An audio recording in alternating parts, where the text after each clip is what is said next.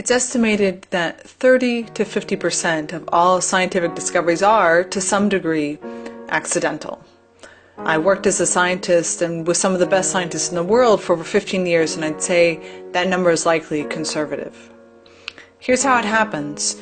You go into the lab, or one of your grad students goes into the lab, to do an experiment you've done dozens of times.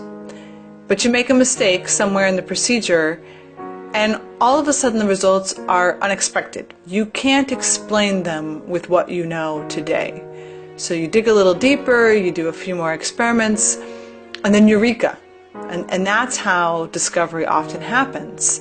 These moments in science are hardly ever planned or anticipated.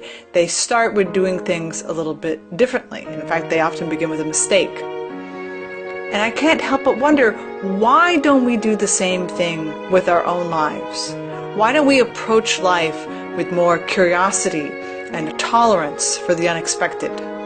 So many people are stressed out from trying to plan their day down to the last 15 minutes to squeeze the last bit of productivity and efficiency out of it. Why? It's a completely uninteresting life. It's a life devoid of surprise, and yet it's one we increasingly choose for ourselves. My daughter, who is 6 years old, said to me the other day, "Mommy, why is it that no one can make mistakes?" And she came to that question because every time she did something where I thought she should know better, I got frustrated with her. And anyone who's a parent will know what I'm talking about.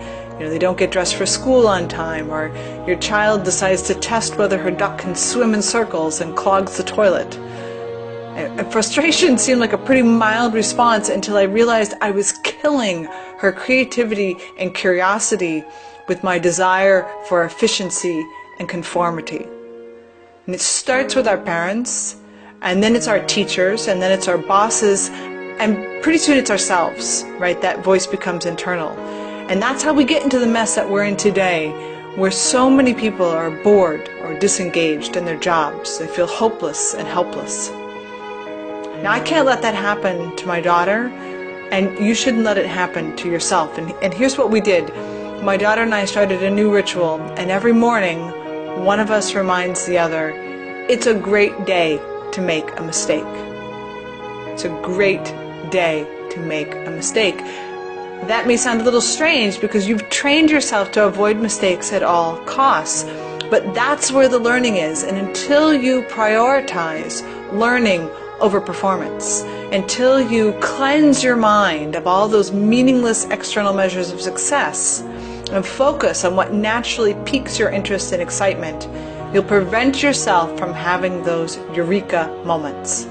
I can't promise you'll win a Nobel Prize, but you'll lead one heck of a good life.